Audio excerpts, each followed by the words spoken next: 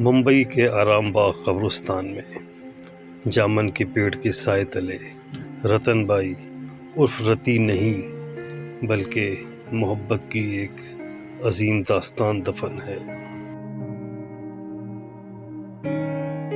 پاکستان کے قیام اور آزادی کی کہانی کا ایک باب جناح کے جنون اور رتی کے عشق سے بھی جڑا ہے۔ رتی جناح کے نام کو روح میں بسائے اس دنیا سے رخصت ہوئیں۔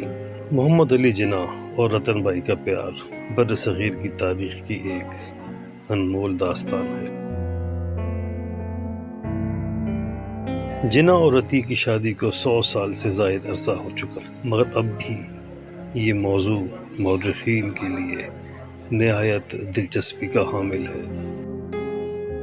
رتن بائی جو رتی جناح کے نام سے معروف ہیں 20 فروری 1900 کو بمبئی میں پیدا ہوئیں۔ ان کی سہیلیاں انہیں حسن کی ملکہ کہتی تھیں۔ انہیں ان کے حسن کی بنا پر بمبئی کا پھول بھی کہا گیا۔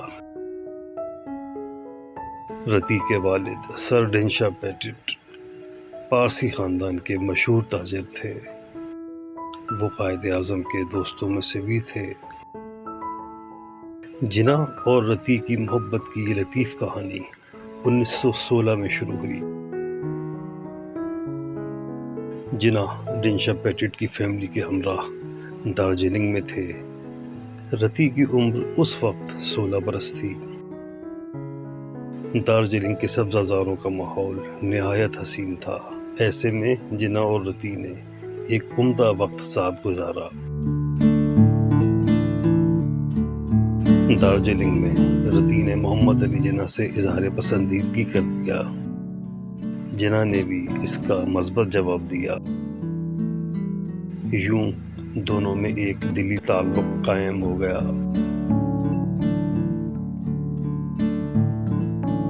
رتی علم و ادب سے بہت لگاؤ رکھتی تھیں۔ رتی اور جناح دونوں علم و ادب کے دل دادا تھے۔ دونوں کو شیکسپیئر بہت پسند تھا۔ رتی ساتھ ہی گھوڑ سواری میں بھی ماہر تھیں۔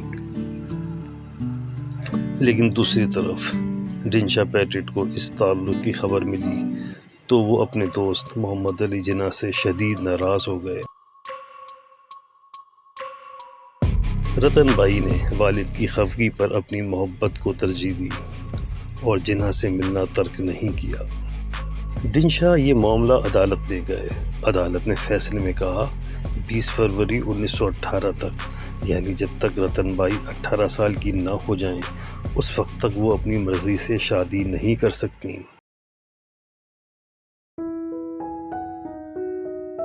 رتی کو اب اپنے 18 برس ہونے کا انتظار تھا۔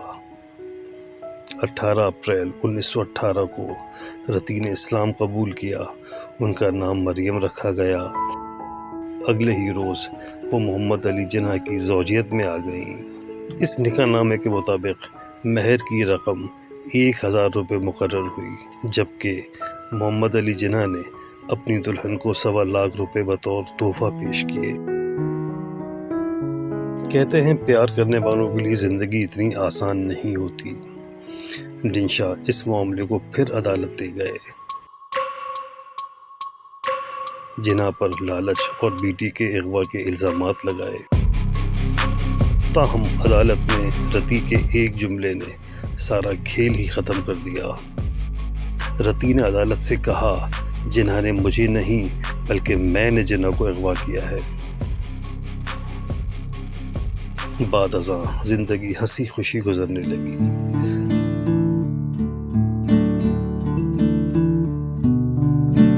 15 اگست 1919 کو ان کے گھر ایک خوبصورت بچی نے جنم لیا۔ اس بچی کا نام دینا رکھا گیا۔ اس دوران قائد اعظم کی سیاسی مصروفیات بہت بڑھ چکی تھیں۔ رتی جناح کو اب تنہائی کا احساس ہونے لگا تھا۔ حد سے بڑھی توقعات سے محرومی کا جنم ہوا تھا۔ جناح اپنی زندگی ایک عظیم مقصد کے لیے وقف کر چکے تھے۔ ایک طرف قائد اعظم کی نجی زندگی تھی تو دوسری طرف بر صغیر کے کروڑوں مسلمانوں کا مستقبل۔ ادھر رتی کو لگتا تھا جناح سے ان کی توقعات پوری نہیں ہو رہی۔ گلے شکوے بڑھے اور پھر ایک وقت ایسا بھی آیا جب دونوں میں دوری ہو گئی۔ رتی اب ہوٹل منتقل ہو گئی تھی۔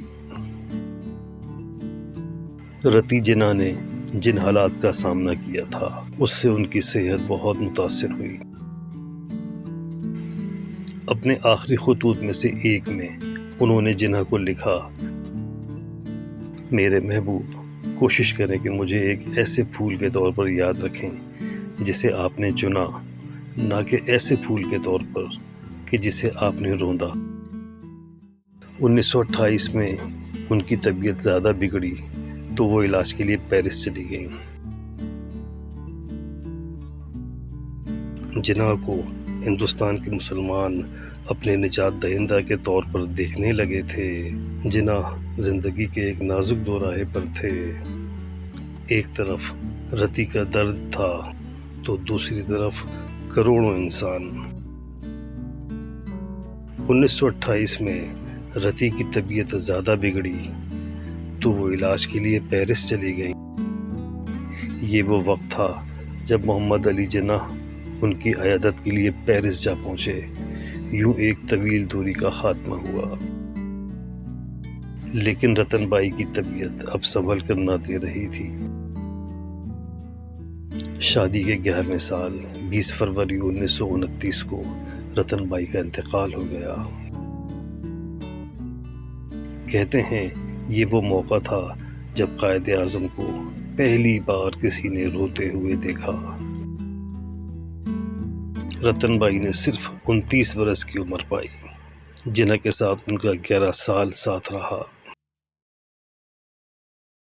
رتی کی وفات کے بعد بھی قائد اعظم نے ان کے کپڑوں اور نشانیوں کو سنبھال کر رکھا۔ جناح اور رتی کی یہ محبت برصغیر کی انوکھی اور یادگار داستانوں میں سے ایک ہے۔